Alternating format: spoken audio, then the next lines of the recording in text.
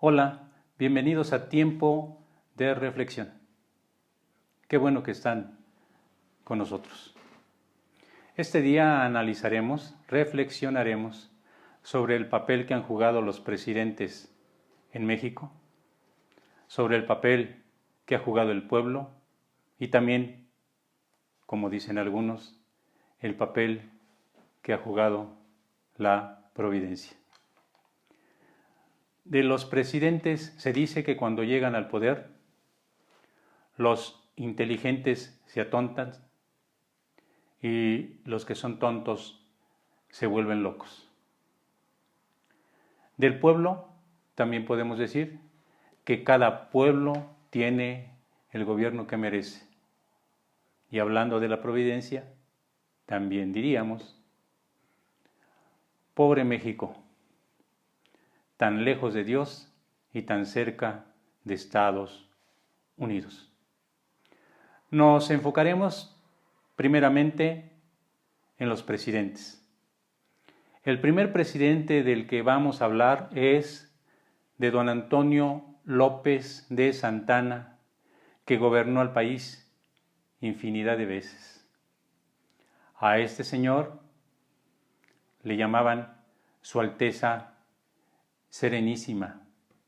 Pues bien, Su Alteza Serenísima, en la tercera década del siglo XIX, va a Texas con el ejército mexicano a apaciguar los deseos independentistas de los tejanos.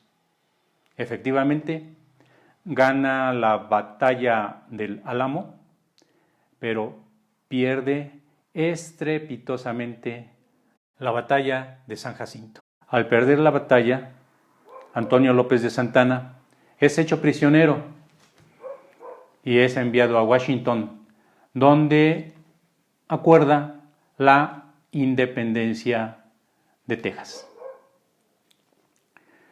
En otro desafortunado tiempo de su gestión, durante la intervención estadounidense, siendo presidente Su Alteza Serenísima, México pierde la guerra con Estados Unidos y cede, mediante el Tratado de Guadalupe Hidalgo,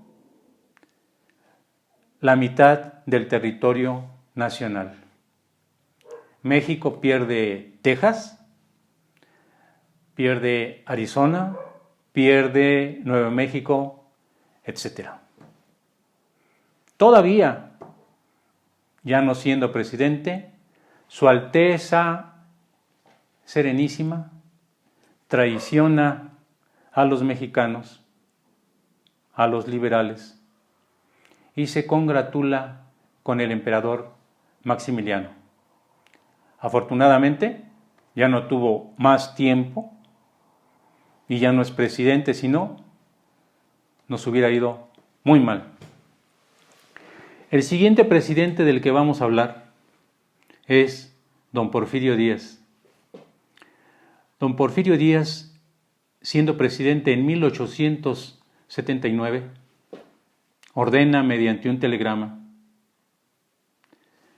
que se apacigüe una sublevación de militares en el puerto de Veracruz. Palabras más, palabras menos, la historia dice que ese telegrama decía: mátalos en caliente.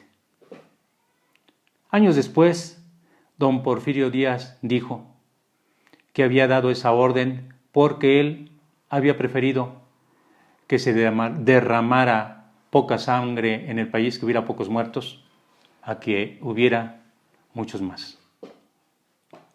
Durante la gestión de don Porfirio Díaz, la paridad del peso era 1:1, hubo un desarrollo económico que favoreció a la clase privilegiada, a los ricos. El tren México-Veracruz es una de sus obras, pero desgraciadamente los campesinos del país, la gente de la clase media estaba en desacuerdo con su gobierno, y esto, inclusive la clase rica, y esto da pie a que estalle la Revolución Mexicana en 1910. El paladín de esta revolución, quien encabeza esta revolución, es don Francisco I. Madero. Pero estamos hablando de los malos presidentes que ha tenido México. Y hay otra figura que se saca un 0 en calificación.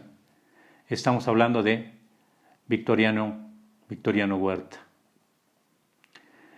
Victoriano Huerta era de origen indígena. Había estudiado en el colegio militar. Había llegado a ser, o llegó a ser, general del ejército mexicano. Y acuerda con el embajador de Estados Unidos en México, Henry Lane Wilson, el asesinato del mártir de la democracia. Estamos hablando de don Francisco I. Madero. Ciertamente, Victoriano Huerta no era un diplomático, no era un político, era un militar. Y el poder, aparte de que atonta y vuelve locos, el poder lo toma cuando este señor es adicto a la bebida. Y por lo mismo, en mi opinión, se pone de acuerdo con el embajador norteamericano, ordena la muerte de Francisco I. Madero y todo se lo lleva al traste. Obviamente tuvo que salir de la presidencia por ese hecho deleznable, por ese magnicidio. Tenemos otros presidentes en la historia de México de los cuales vamos a hablar. Otro presidente que saca muy mala calificación es don Gustavo Díaz Ordaz. Si bien don Gustavo Díaz Ordaz durante su gestión organiza los Juegos Olímpicos de 1968, el Mundial de 1970, hay un crecimiento económico y la paridad del peso mexicano con respecto al dólar es de 12.50. Hay un hecho lamentable que hará que se le recuerde siempre como un asesino. Él ordena la matanza de los estudiantes de 1968 y todavía en su declaración dice que se siente orgulloso de haber salvado a México. Otro presidente del cual vamos a hablar, que tiene malas notas en la historia y que incluso dicen se fue al basurero de la historia, es Carlos Salinas de Gortari. Previamente, antes de ser presidente, fue secretario de Programación y Presupuesto de Miguel de la Madrid Hurtado. Salinas de Gortari, durante su gestión, vende las empresas paraestatales porque siendo secretario de Programación y Presupuesto ya pensaba que estas empresas debían de venderse porque le haría bien al país, se adelgazaría el gasto público y el producto de esas ventas iría a las arcas de la nación. Pues no sabemos si realmente todo fue a las arcas de la nación, porque después de Carlos Salinas de Gortari, después de esas acciones, hubo más de 40 multimillonarios en México, que no lo sabía antes. Y lo que es peor, al terminar su gestión se devalúa la moneda, trayendo pobreza y miseria a muchos mexicanos. La historia ya los juzgó, únicamente se los estoy platicando. Esto no es nada personal. El siguiente presidente del que les vamos a hablar, tristemente, es de Vicente Fox Quesada. A él se le considera traidor a la democracia porque prometió que nuestro país la abría. Siendo candidato dijo que iba a sacar al PRI de Los Pinos, pero nunca dijo que iba a apoyar después a un miembro de su partido para que se convirtiera en presidente de México. Vicente Fox Quesada, con su comportamiento ranchero, decía que iba a sacar de los pinos a las víboras, a las garrapatas y a todo tipo de alimañas, pero nos dejó en el país un gran problema. No respetó la democracia y apoya a Felipe de Jesús Calderón Hinojosa, quien, siendo espurio, declara la guerra al narcotráfico y mueren miles de mexicanos en virtud de esa errónea decisión. Felipe de Jesús Calderón Hinojosa pudo haberse quitado el nombre de espurio o lo pudo haber borrado respetando la democracia, pero no lo hizo y hace que llegue a Los Pinos Enrique Peña Nieto, quien también no obtuvo muy buena calificación porque durante su gestión se dio la matanza de los estudiantes de Ayotzinapa, hubo mucha corrupción en el país y se puso de tapete cuando, siendo candidato a la presidencia Donald Trump, llega y se le da trato de jefe de Estado.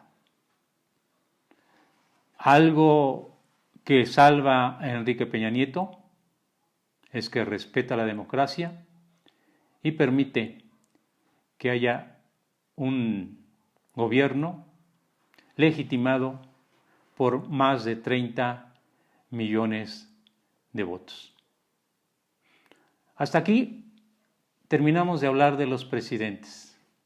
El otro punto del cual hablaré es del pueblo.